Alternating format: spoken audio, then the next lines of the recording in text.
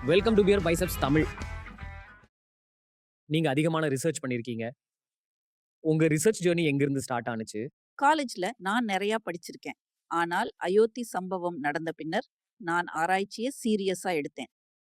Allahabad high court தனது முடிவை வெளியிடும் வரை எனக்கு அந்த விஷயம் பற்றி பெருசா தெரியாது. எல்லாரும் மாதிரி எனக்கும் அங்கே ஒரு கோவில் கட்ட வேண்டும் என்று உணர்வு இருந்தது. ஆனால் அந்த பிரச்சனை எவ்வளவு கடினமானது என்பது எனக்கு முழுசா புரியல. அலகாபாத் ஹைகோர்ட் தீர்ப்பு வழங்கிய 2 மாதங்களுக்கு பிறகு ஒருவர் எனக்கு ஒரு பாம்ப்ளெட் கொடுத்தார். அந்த பம்ப்ளெட் 90 பக்கங்கள் இருந்தது. ஒரு பிரபல வரலாற்று ஆசிரியர் இதை எழுதினார்.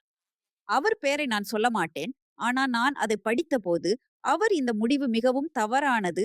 உச்ச நீதிமன்றம் இதை ஏற்கக்கூடாது என்று சொன்னார். மேடம், கொஞ்சம் கான்டெக்ஸ்ட் குடுங்க. நம்ம ஷோவை இளைஞர்களும் பார்க்கின்றாங்க. இந்த ஈவென்ட்டின் ஹிஸ்டரிய பத்தி பேசலாமா? அது உங்களுக்கு ஓகேல? கண்டிப்பா. அங்க 3, 4 நூற்றாண்டுகளுக்கு முன்பு என்ன ஆச்சுன்னு சொல்லுங்க. நமக்கு தெரியும்ல. 300 வருடங்களுக்கு முன்னாடி அந்த இடத்துல ஒரு கோவில் இருந்தது. அந்த கோவிலை பாபர் அழித்துட்டார். சில விஷயங்கள் பார்ப்போம். அப்புறம் உரையாடலை அடுத்த லெவலுக்கு நகர்த்தலாம். பாபர் கோயிலை அழித்துட்டார். கோயில் இங்கே தான் இருக்கும்னு மக்கள் நம்பினாங்க. அந்த காலத்துல இந்துக்களுக்கு எந்த அரசியல் பவரும் இல்ல. நவாப்கள் ஒரு காலம் அவத்த ஆண்டுகிட்டாங்க. அவர்களின் வழிபாட்டு தலங்கள் அழிக்கப்பட்டாலும் மக்கள் தொடர்ந்து அந்த இடத்தை பார்வையிட்டனர். வில்லியம் ஃபீச், ஸ்டீஃபன் தாலர் மற்றும் அதை தொடர்ந்து வந்த பிரிட்டிஷ் நிர்வாகிகளின் பதிவுகளிலிருந்து இதற்கான சான்றுகள் எங்களிடம் உள்ளன. இது மாதிரி இன்னும் நிறைய ஆதாரங்கள் இருக்குன்னு நான் சொல்ல வரேன். ஒரு கூட்டு நினைவு இருந்தது. இந்த இடம் அவங்களுக்கு புனிதமானது என்று மக்கள் நினைவு கூர்ந்தனர். 1528 நடந்த ஒரு பேரழிவு ஒரு வரலாற்றுக்காரராலும் பதிவு செய்யப்படல. மேலும் மக்களுக்கு அது எந்த டிவி சேனல் அல்லது பாட்காஸ்ட்லயும் தெரியல. இது ஒரு உதாரணமாகும். மக்கள் கடந்த காலங்களில் இதே மாதிரி நிகழ்வுகள் நடந்து வந்தது என்று கலாச்சார நினைவு கொண்டுள்ளார்கள்.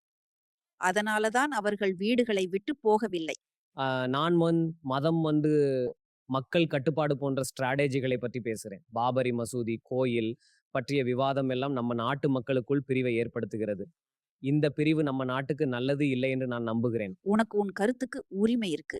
நீ எப்படி யோசிக்கிறியோ அப்படியே பலரும் யோசிக்கின்றார்கள்.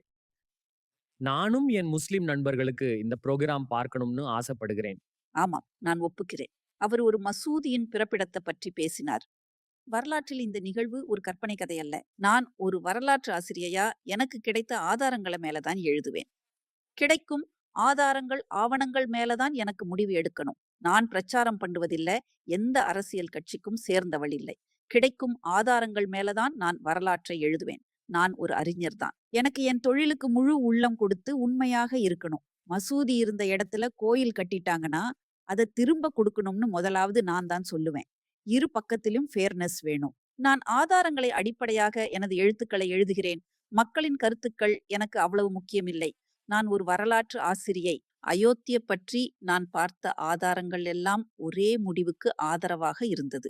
இதைத்தான் சொல்ல வந்தேன். 1958 முதல் 1947 வரை ஆங்கிலேயர் ஆட்சியின் போது இரு குழுக்களும் கோர்ட்டுக்கு வழக்கு போட்டாங்க. கோர்ட்டு எப்பொழுதும் இந்துக்கள் பக்கம்தான். அநீதி நடந்தாலும் அது 300 ஆண்டுகளுக்கு முன்பு என்றும் அவர்கள் தலையிட விரும்பலையே இல்லை என்றும் சொல்லிட்டாங்க. இப்போ உலகம் முழுவதும், இந்தியா மட்டும் இல்ல, மிகவும் பிரிந்து விட்டது. அது ஆனா மக்களுக்கு நடுவே நிலை புரியல. அது ஒரு முறையாக இருக்கும் அல்லது மற்றொரு முறையாக இருக்கும். மெல்லிய வேறுபாடுகளை மக்கள் புரியல.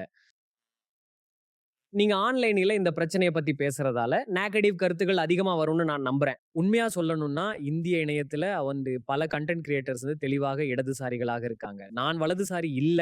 ஆனாலும் பலருக்கு நான் அப்படிதான் தோணும். நான் என்னை ஒரு சென்ட்ரிஸ்ட் என்று கருதுகிறேன்.